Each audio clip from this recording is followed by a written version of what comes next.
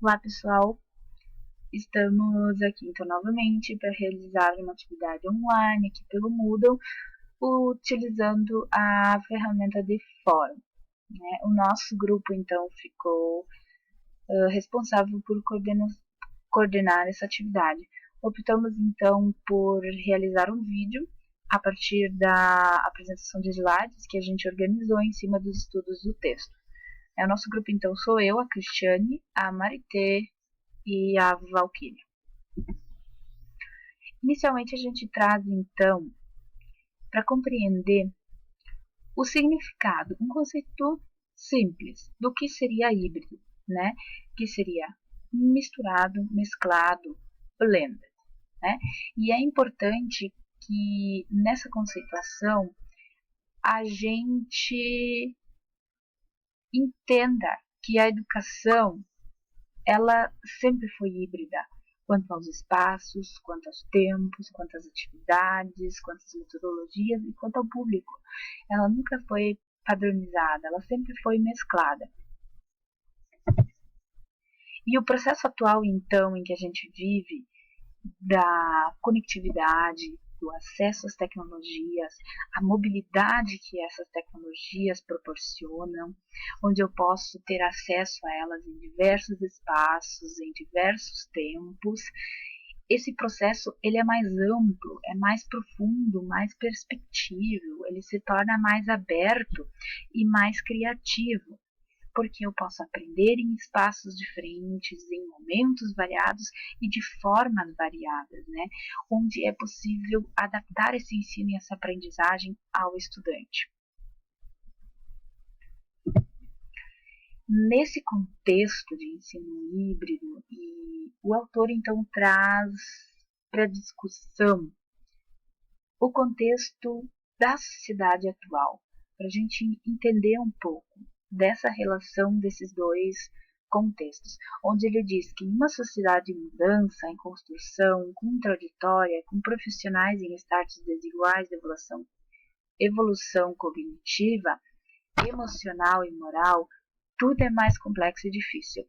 Uma escola imperfeita é a expressão de uma sociedade também imperfeita, híbrida e contraditória. Então ele traz essa citação para a gente pensar. Outro ponto, o ensino é híbrido também, porque ele não se reduz ao que planejamos. Não é algo padronizado, algo organizado, passo a passo e que vai ser realizado daquela forma. Ele é flexível, onde eu posso aprender em processos mais organizados e também em processos mais abertos e informais. E nesse processo, todos são aprendizes, todos são mestres, todos são participantes ativos, são consumidores e produtores de informação e conhecimento.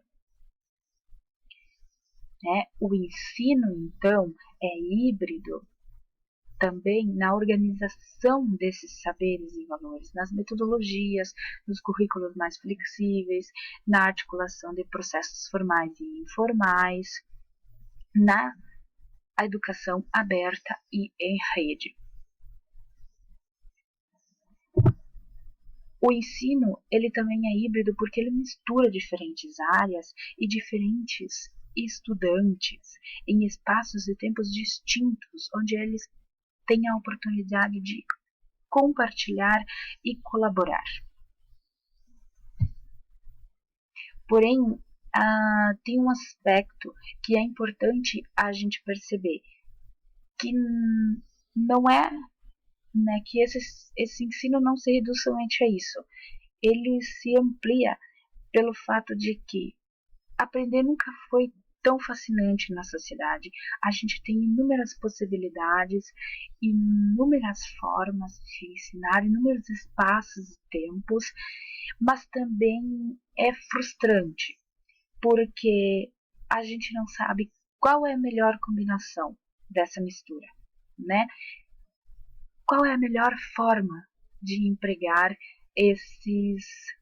essas ferramentas disponíveis que a gente tem para obter o melhor resultado no ensino e na aprendizagem. Ele traz então a discussão de dois modelos pedagógicos. Um modelo que seria mais inovador, né, com uma mudança mais profunda, e um modelo que seria mais suave, com mudanças mais progressivas.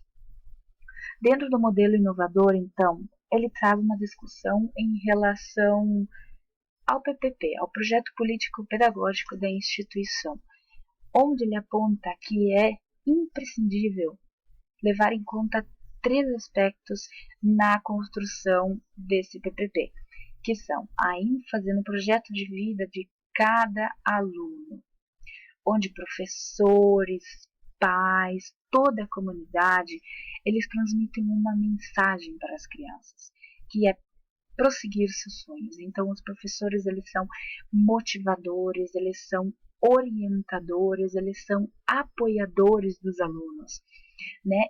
Quanto aos seus objetivos pessoais e quanto aos seus objetivos educacionais, atentando também para a vida profissional deles, orientando a vida profissional deles, para que eles busquem um sentido para essa caminhada que eles estão tendo. Outro aspecto é ênfase em valores e competências amplas, onde o desafio da escola é capacitar o aluno a dar sentido às coisas, compreendê-las e contextualizá-las em uma visão mais integradora, ampla, ligada à vida do aluno.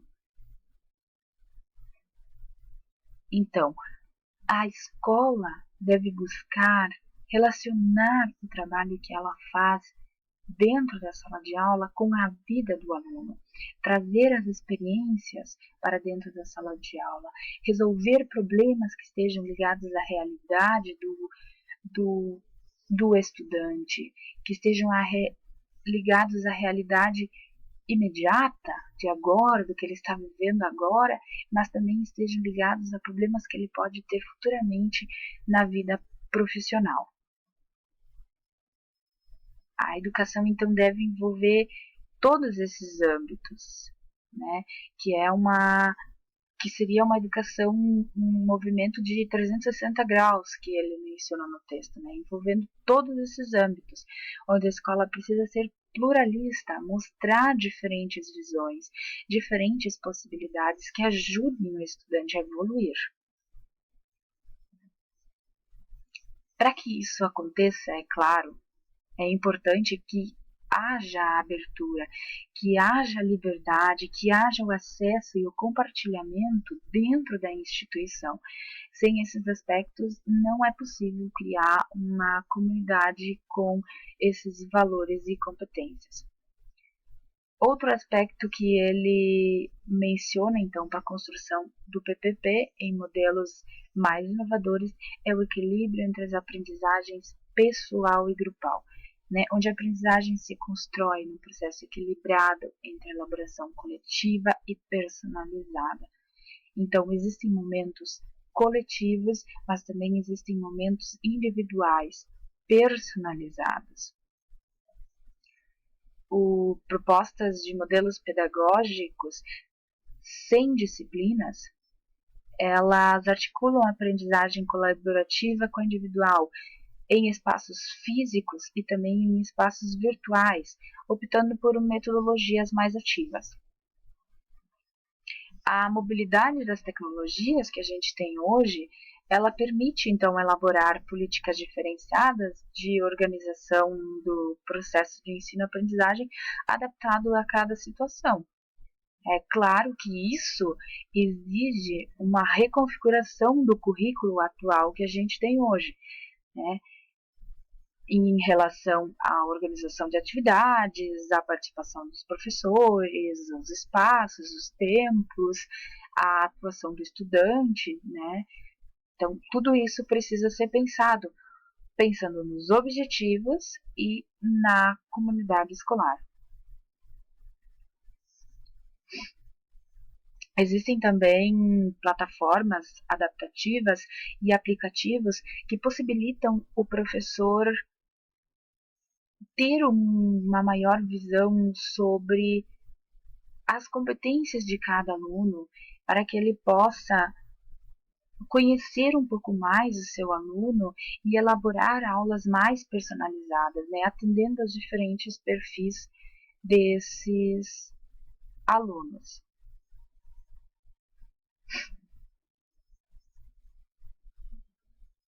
O texto traz também vários exemplos, então, de propostas que deram certo em relação ao ensino híbrido, né?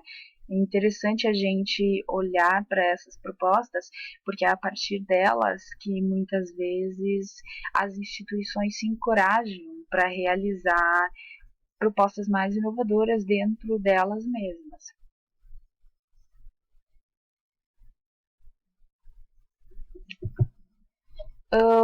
A outra proposta que o autor traz são modelos pedagógicos disciplinares, né, onde há então uma mudança mais progressiva, né, onde vai ocorrendo avanços dentro desse modelo disciplinar e o que geralmente ocorre, né, a prática mais visível é a de concentrar no ambiente virtual aquilo que é uma informação básica e deixar para a sala de aula as atividades mais criativas e supervisionadas. É o que a gente conhece e chama então de aula invertida ou de sala de aula invertida, né? Onde o docente propõe um estudo relacionado a um determinado tema e o estudante procura as informações básicas, tanto na internet, em sites, assistindo vídeos, animações, lendo textos e também na biblioteca da escola. Podem ser acessados esses materiais. E posteriormente, então, em sala de aula é realizado um estudo mais supervisionado em cima de aspectos que o aluno ainda não compreendeu, onde o professor possa então se deter mais a, a auxiliar esse aluno naquilo que ele ainda não compreendeu e a ajudá-lo a avançar. Isso possibilita também o aprendizado colaborativo, onde um aluno pode ajudar ao outro, né? E o papel do professor se torna então de mediador, de facilitador em todo esse processo. Algumas considerações finais, então, que a gente traz desse primeiro texto é que fica claro na educação formal, né, algumas dimensões estão ficando um pouco mais claras, que é o modelo híbrido, com foco em valores, competências amplas, projeto de vida, metodologias ativas, personalização e colaboração, e com o uso das tecnologias digitais, que a gente tem presente essas ferramentas hoje. E um currículo mais flexível, sem horários rígidos e planejamentos engessados, né? Então, o autor traz, para finalizar, uma citação onde ele problematiza as dificuldades da maioria das instituições de implementar propostas mais inovadoras, pelo fato de que os gestores, os educadores, eles têm dificuldade em conviver e trabalhar junto, né? E isso acaba dificultando avanços necessários no ensino híbrido e para que eles sejam implementados rapidamente. Então, o que é necessário? Precisamos mudar a educação para poder mudar o mundo, começando por nós mesmos. Porque não é só equipamentos, infraestrutura, não são somente a infraestrutura e os equipamentos e a reformulação de currículos que fazem com que haja a modificação nas instituições. Não, a modificação nas instituições depende da atuação dos profissionais, que na maioria das vezes não estão capacitados, não possuem uma formação adequada para realizar essas modificações. Esse, então, é um dos maiores maiores dificuldades que a gente encontra, né, na maioria das instituições, para que haja realmente mudanças dentro do currículo, dentro das práticas engessadas e tradicionais que a gente encontra